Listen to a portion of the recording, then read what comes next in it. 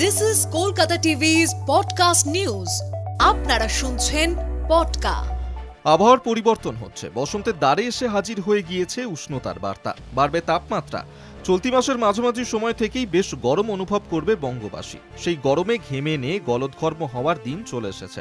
March মাসে বসন্তের আমেজ থাকবে সেই রকম পূর্বাভাস দেয়নি আলিপুর আবহাওয়া দফতর। এখনো পর্যন্ত ভ্যাপসা গরমের পূর্বাভাস না থাকলেও শুষ্ক গরম আবহাওয়া থাকবে। লা নিনার প্রভাবে দক্ষিণ পূর্ব এশিয়ার গড় তাপমাত্রা স্বাভাবিকের চেয়ে কম থাকে, বৃষ্টির পরিমাণ বেশি থাকে।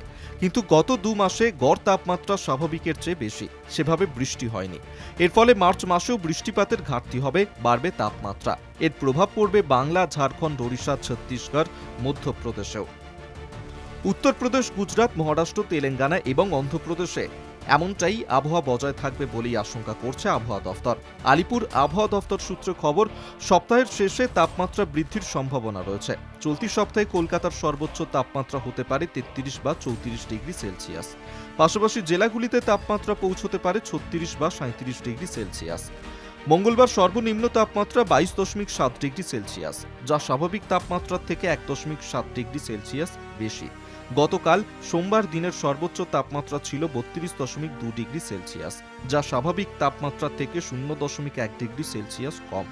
বাতাসে জলীয় বাষ্পের পরিমাণ বা আপেক্ষিক আর্দ্রতা 32 থেকে 89%।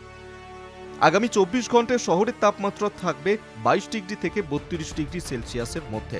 অন্যদিকে উত্তরবঙ্গে আবহাওয়ার কোনো বড় পরিবর্তন হবে না। আকাশ পরিষ্কার থাকবে, পার্বত্য এলাকায় 2-1 জায়গায় হালকা কুয়াশা থাকবে সকালের দিকে। দক্ষিণবঙ্গের পাশাপাশি উত্তরবঙ্গেও আপাতত বৃষ্টির কোনো সম্ভাবনা নেই। শুনুন পডকা, রাত দিন 7 দিন।